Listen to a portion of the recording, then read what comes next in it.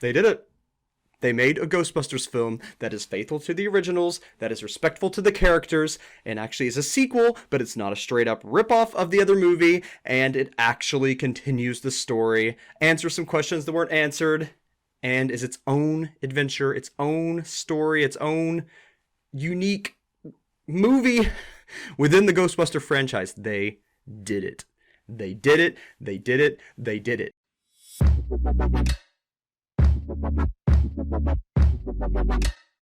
Alright, so I don't want to make this super long. I just kind of want to get to the nitty gritty. The Ghostbusters movie was really good. I just got back from it. It actually just ended 30 minutes ago. I just got back. One thing I want to tell you real quick, watch the movie all the way to the end. Watch all the way to the end of the credits. There's an end credit scene that is really well worth watching. You definitely want to stay for the entire film, including till the end of the credits. They fixed one of the major problems that Ghostbusters has always had in the post-credit scene, so definitely stick around. Yes, it is worth seeing. Yes, it is worth your money. You need to go see this new Ghostbusters. It is actually a good sequel. I don't want to just make this a super long video, but there's a couple things I really need to get out there. They were super respectful to the original cast. They were super respectful to the characters who died.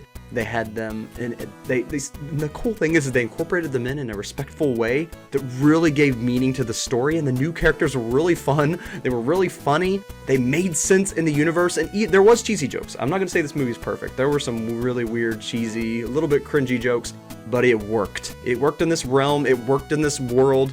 And with the whole film, it was pretty dang serious. This is a pretty serious Ghostbusters film. So with that level of goofiness, it kind of brought it down to a more family-friendly, but not quite family-friendly feel, which is kind of what Ghostbusters has always had. It has the funny, the weird, and then it has the serious, oh gosh, here's a major problem coming. And they didn't make a giant marshmallow man again. They didn't just copy and paste. They had a poster of the Stay Puft Marshmallow Man. They paid homage to those key pieces. They had the little marshmallow dudes, but I mean, that wasn't the main thing. Now, there is some things that are going to reappear. There's some elements that are going to come back, but they bring them back for a reason. They're not just there to make the film Ghostbuster flavored. They're there to play a key role in the continuation of this world's story. And that was awesome. I did not expect for this to be a good film, I'm sorry to say. But after the last Ghostbusters movie, I did not expect it to be this good. It is so good. It is so worth seeing in theaters because there's some really awesome action-y cinematic scenes. There's things, and the movie's so well constructed. It's its own story, and there's a lot of elements. There's a haunted house. There's there's these things in the field. I don't want to spoil too much. There's stuff in the mines. There's like all these different cool elements. They're all coming together, and they connect to the first movie, and then they connect to their own thing. And then there's, oh man, just the technology, and everything made sense. Everything was cohesive. There was little elements at the beginning that you didn't really know what the deal was, and then towards the middle and end, they actually delivered.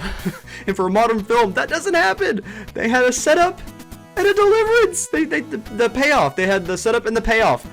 What? They actually learned how to make movies again. What can I say? But it was so good. It was so good. And Ghostbusters, for those of you who know, is a very special film to me. If it weren't for Ghostbusters, I wouldn't be around.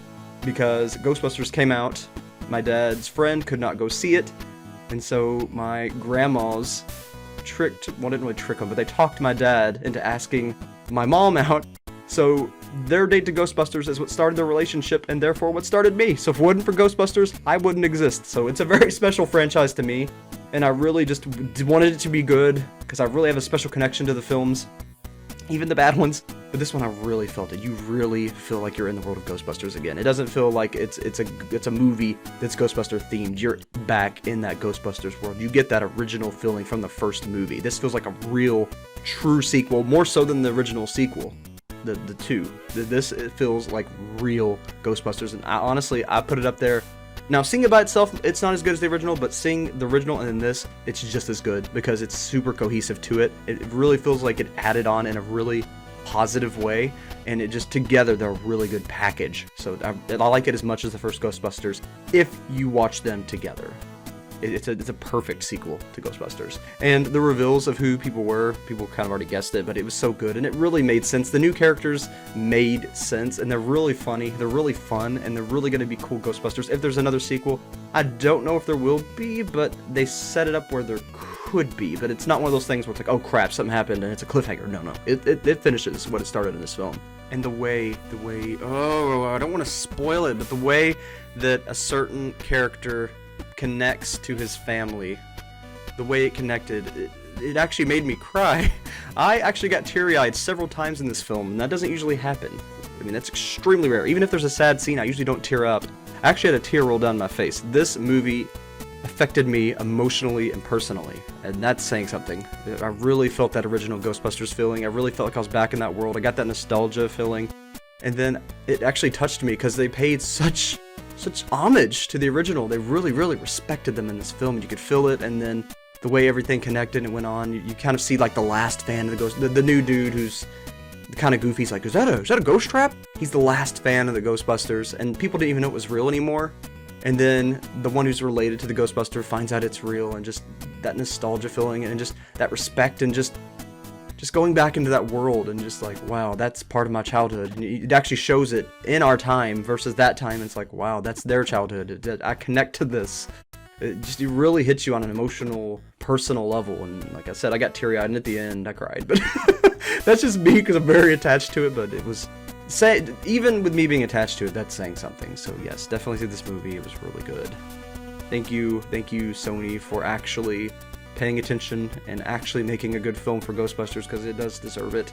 I don't know if it should be a mega franchise, but it at least deserves, if it is going to have a film, it at least deserves respect, and you did that. Thank you, Sony.